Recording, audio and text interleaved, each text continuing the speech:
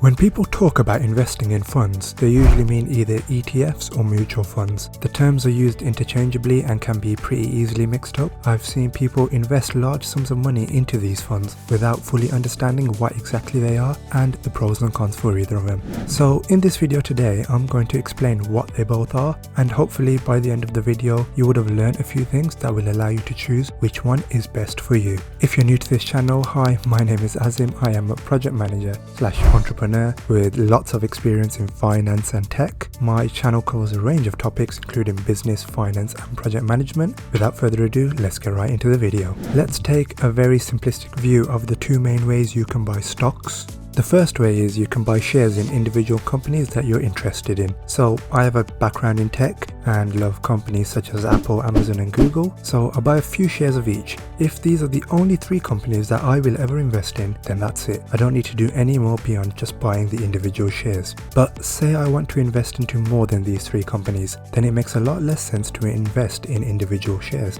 especially if there are fees associated with every purchase. If as an investor I want to start investing in say 50 different companies from a specific sector like tech, it would be much easier for me to invest in all of these companies through a fund rather than individually. A fund is basically a ball of different companies all rolled into one.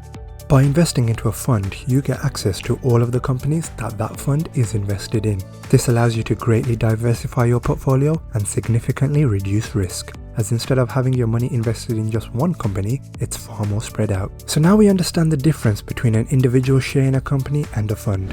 We can now look into the 2 different types of funds, and those are actively managed funds and passively managed funds. An actively managed fund is a fund that is managed by an expert individual who makes decisions with the aim of ensuring that the fund is able to outperform the general market. This individual is known as the fund manager and is supposedly professional, who is more knowledgeable than us retail investors. They usually have a team who do extensive research and manage the portfolio to ensure a positive ROI. However, all of this experience, knowledge and work comes at a cost. Actively managed funds all charge a fee for their services, and while they aim to beat the market, you will have to pay the fund fee regardless of performance. On paper, it sounds great. However, historically over a long period of time, the majority of actively managed funds have failed to outperform their passively managed counterparts. A passively managed fund does not require an investment manager, as they usually aim to just replicate a specific index and don't need day-to-day management. So now you might be asking, what exactly is an index? Simply put, it's a list of companies that are all grouped together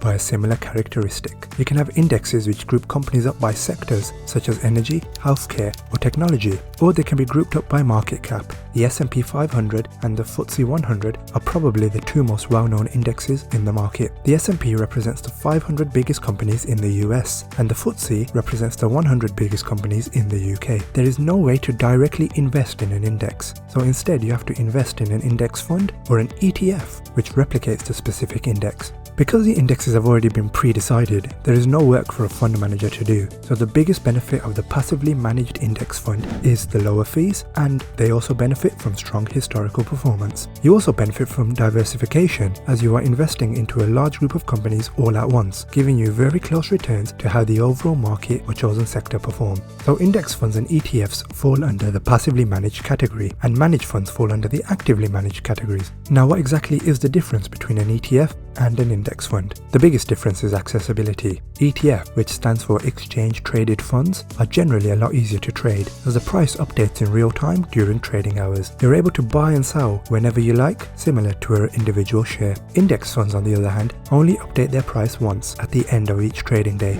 so it doesn't matter if you tap buy at 9 AM or 4 PM, the order will be priced the same for everyone. Fees are supposedly cheaper for ETFs, however I've noticed it to be marginal at best, so I would suggest doing your own research on fees when it comes time to actually start investing. Fundamentally, these are the biggest differences that you will notice as a retail investor.